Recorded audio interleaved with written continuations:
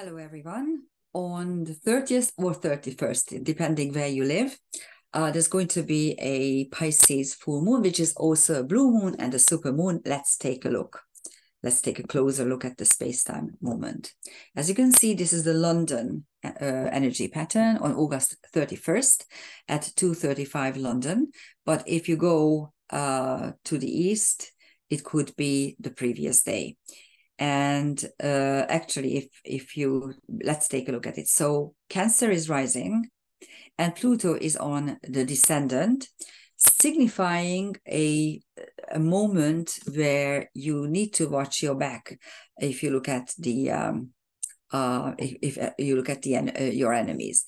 Pluto is still squaring the nodal axis, but it is no longer actually closing. So I would say that this karmic cage is no longer in operation. But the Sedna Uranus Jupiter midpoint structure, so that Uranus, retrograde Uranus, is defined by Jupiter Sedna, is still there. It's slowly moving apart, but it's still quite tight. And so is the Vesta Astra conjunction, which means focusing on karma breaking. You can still do it until November. And this is a tightening conjunction of the North Node, your karmic intent, and Aries, that's drastically altered outward circumstances. So that's something that is going to be exact in quite soon, and I'm going to make a separate video on this.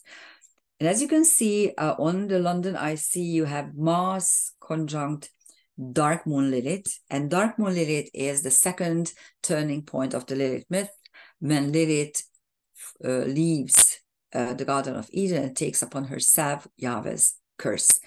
And it usually is linked to behavior patterns when you say, I don't care, even if you curse me, I will do what I want. And both celestial objects are on the supergalactic center, it is one of the main three main key celestial areas, let's put it this way. And these key celestial areas describe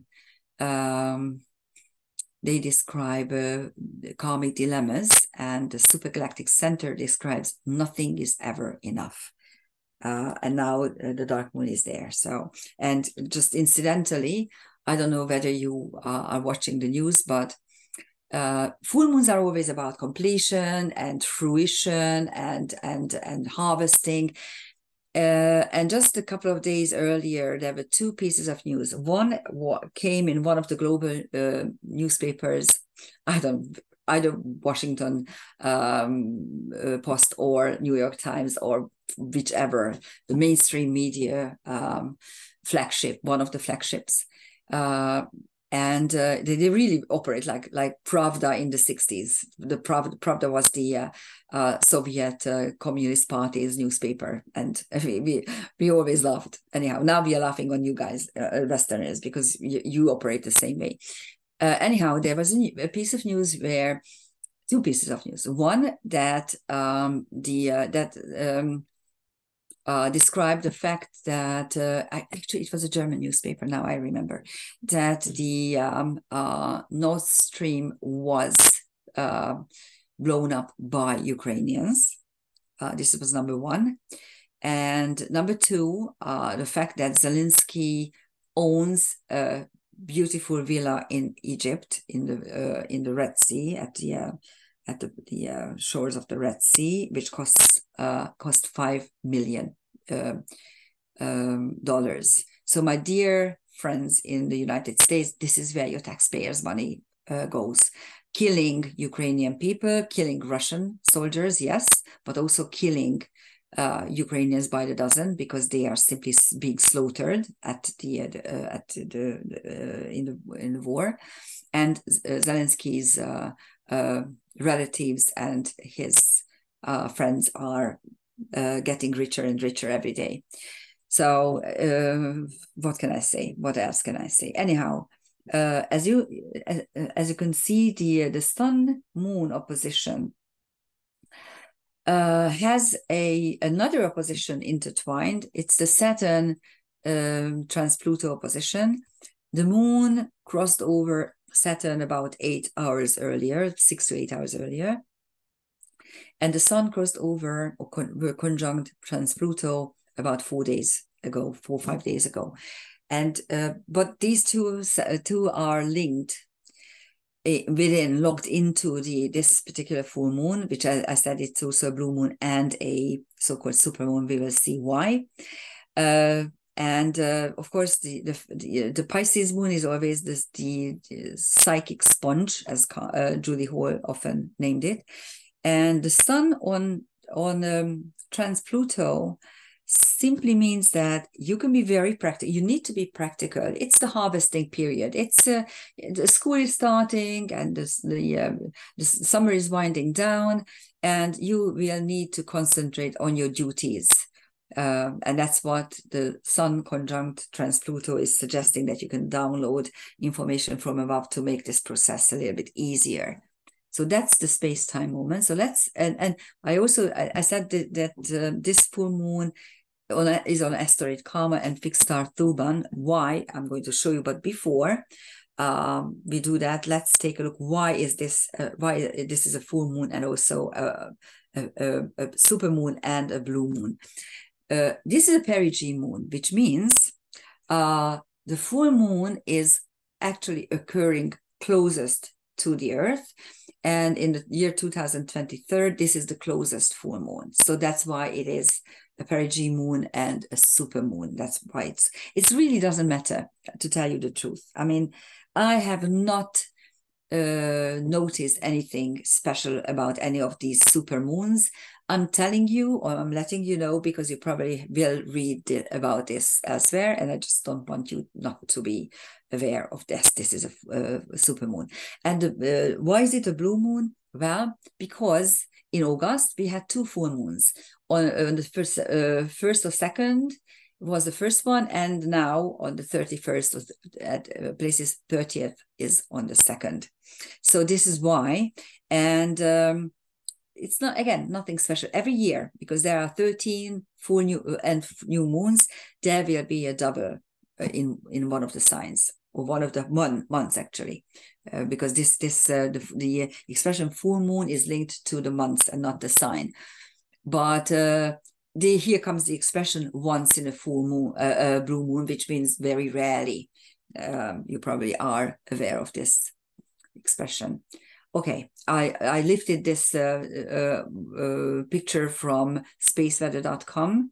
I adjusted it a little bit, but I'm just letting you know that it's part of another picture.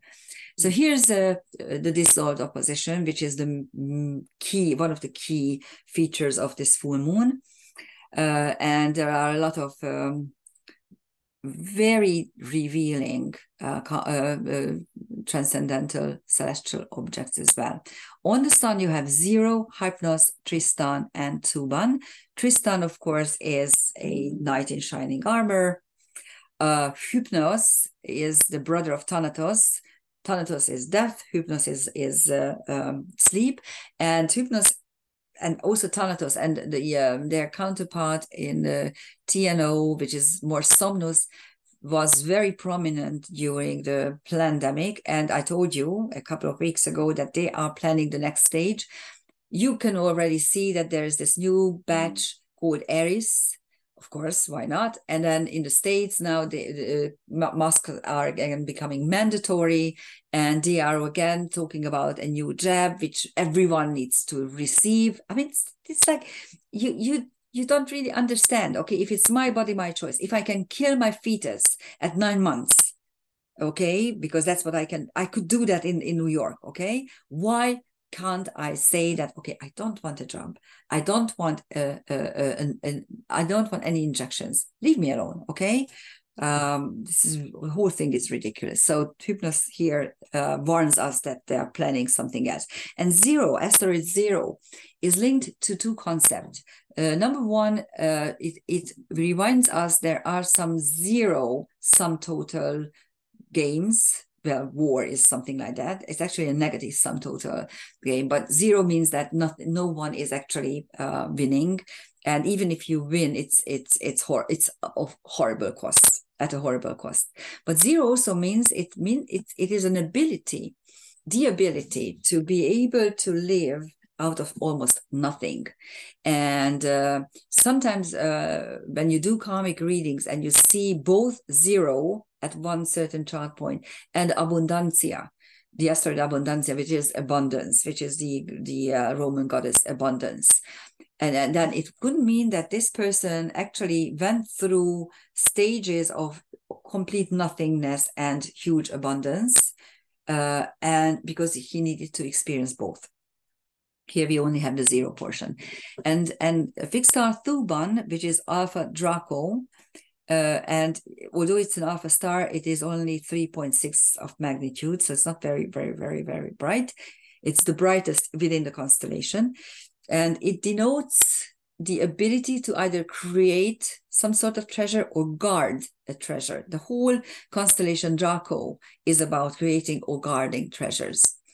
On the moon, you have karma, asteroid karma. So that's why I said that this is a very auspicious full moon, because in itself, the Pisces moon is the psychic sponge. And then with karma, it's really something about the fact that this is very karmic. And as I said, the tide is turning, and even in the United States, people are finally seeing that this whole Ukrainian war has a very, very different reason. First of all, to keep the assets of BlackRock and the Biden family and those big giant corporations who have assets there already, and also because they want to simply gut or do something against Russia by cutting them off the Black Sea.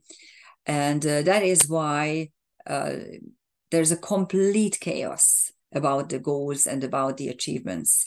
And finally, the American people are realizing this. And if you look at the polls, more and more people don't want this war and don't want to finance this war, especially because I don't think that you want to finance Zelensky's villa projects, let's put it this way. Okay, so there's karma. There's also Spartacus, which is a very unique karma. Spartacus launched a revolt, and he was actually being punished by being put on the cross. So he died, of course, with his fellow slaves. That's very karmic. That's a very karmic issue when things are so bad that although you know that you have very little chance, you still do something because you can't bear it anymore. And Sadrajbia is the gamma star of Aquarius, and it is, I talked about this star many, many times. It is at the urn, at the water is coming out of the urn of the water bearer, and it represents the water of life, the life-giving energy of water. And on Juno, you have Hestia, which is Vesta's counterpart in Greek mythology. It doesn't have as many connotations as Vesta, because Vesta is also the high priestess and the focusing principle and a number of other stuff. And actually, Vesta is one of the most wounded feminine archetype in karmic astrology, but its other form, Hestia, asteroid Hestia, is much narrower, much more narrow in its delineation, because it simply means that you have to pay attention to the rituals and it depends on the focusing principle as well, of course. Hammurabi, who was creating very just and very interesting laws, and his monument survived, so we know about it. Varuna is a Vedic god who is in karmic astrology is linked to so-called queen karma, which meant that the queen had to produce the heir no matter what. So it's quite interesting who is who in European and outside Europe, the history, interesting. And Prasepe, which is the beehive, M44, it's the Messier object in the middle of Cancer, and it's one of the stargates where the incoming souls are the incarnating souls are coming down in order to incarnate. So that's it. And as you can see, the dissolution comes through Juno, which is the wife archetype, which is committed. It represents committed relationships and also covenants and pacts and contracts. And it is dissolving the opposition of the Sun Moon by two karmic aspects, the semi-sextile and the quincunx, or inconjunct. So here's Thuban for you to understand. This is an equatorial view, and this one is the regular view. So this is how we see it. This is what we would see. Of course, we wouldn't see it because when the sun is up, we don't see anything.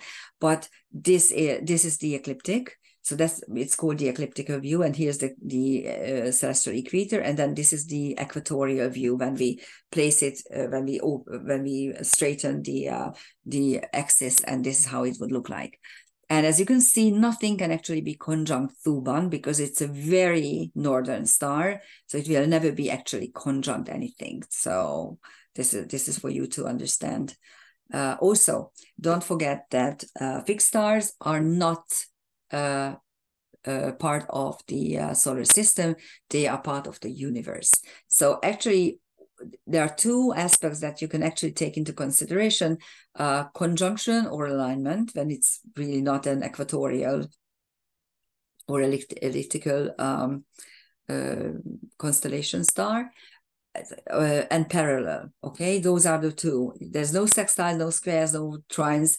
I get so many messages asking me, what if my sun is trining whatever, Polaris? No, it can't be trined. Anyhow, here's the complex planetary picture. This is another feature of this particular full moon at 24-25 degrees of the signs.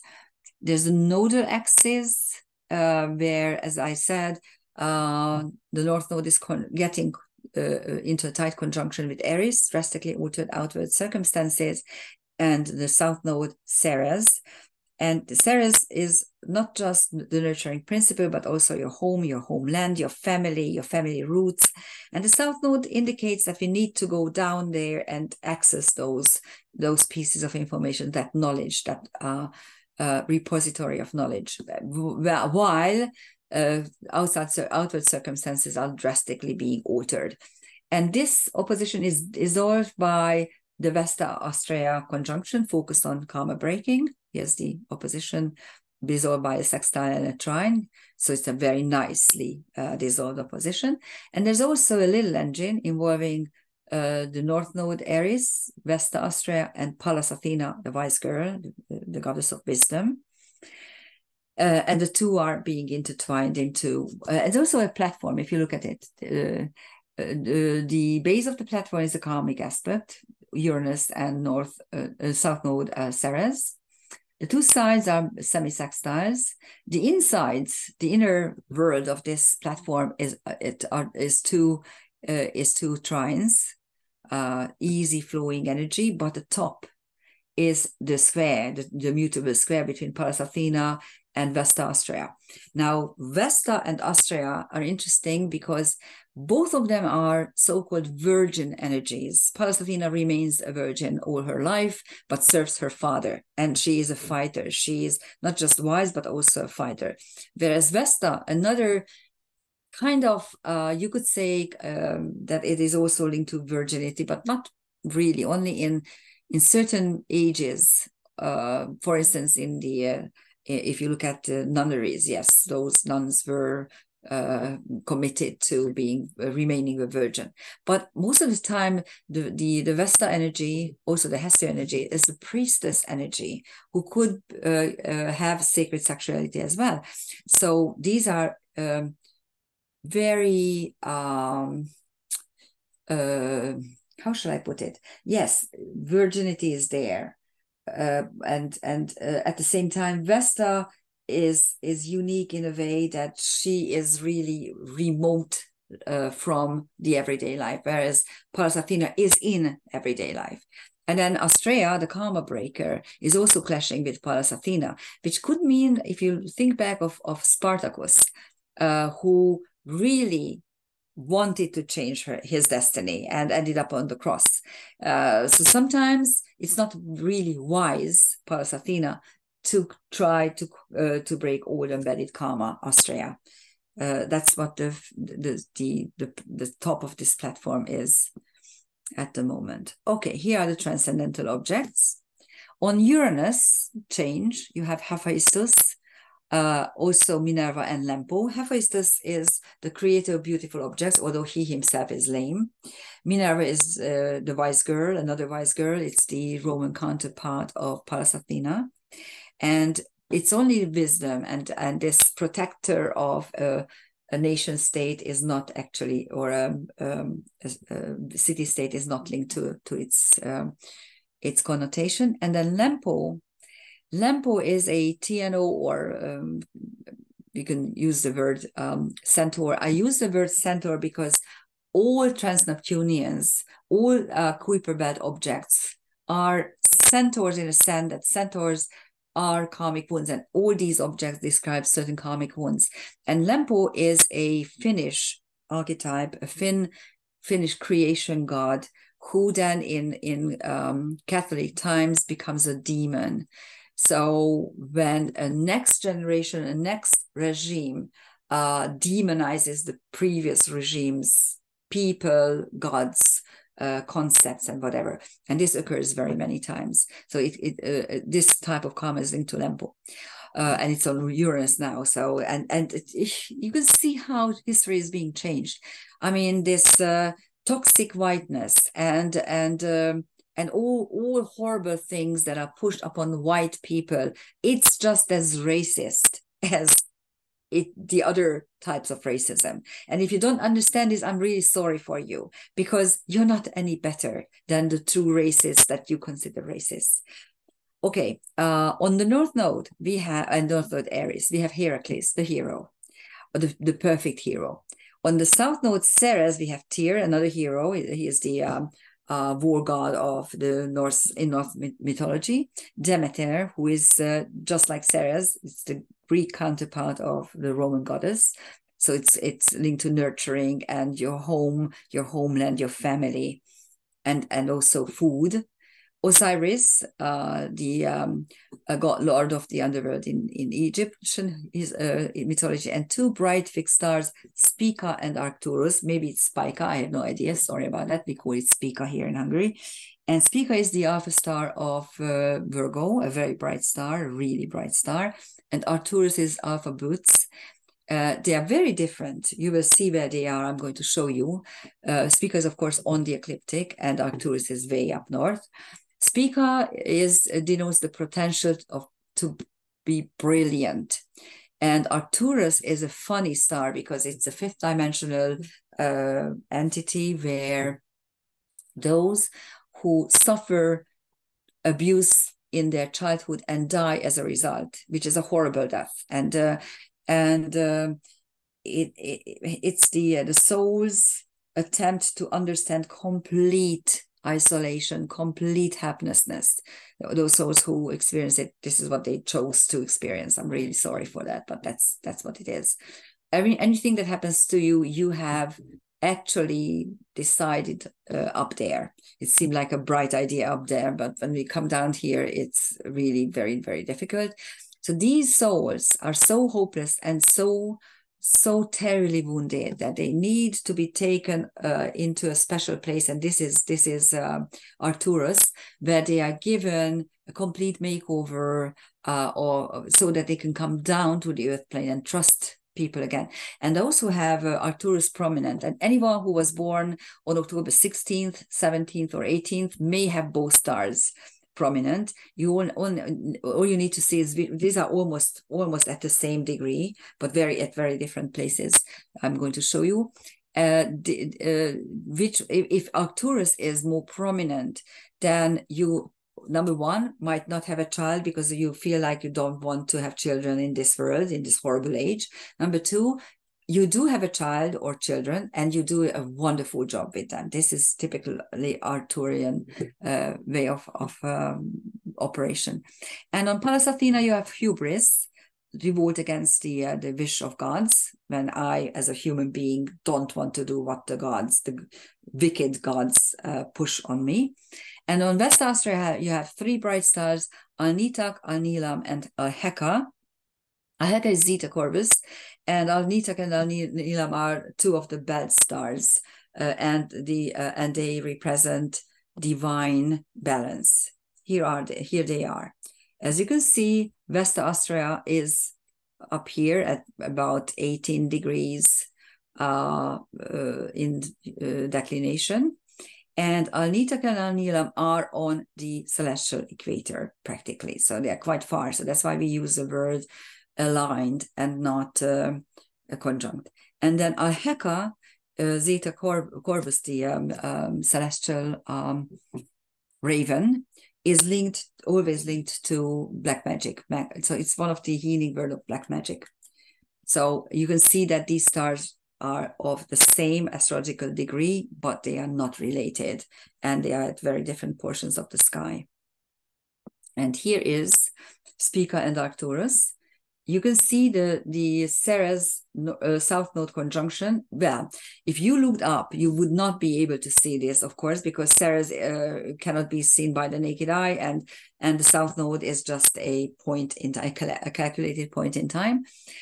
Spica is on the ecliptic, it's for Virgo, but Arcturus of Boots is up north. So although they are on the same degree astrologically, almost to the minute, really, they are not at the same area or in the sky. They are at very different territories in the sky. So this is this Pisces full moon. The moon is on Karma, the sun is on Thuban. So the dichotomy is about whether we accept our karmic issues or whether we are going to create some sort of treasure out of them instead of suffering. This is the question. Thank you for listening to me. Bye-bye.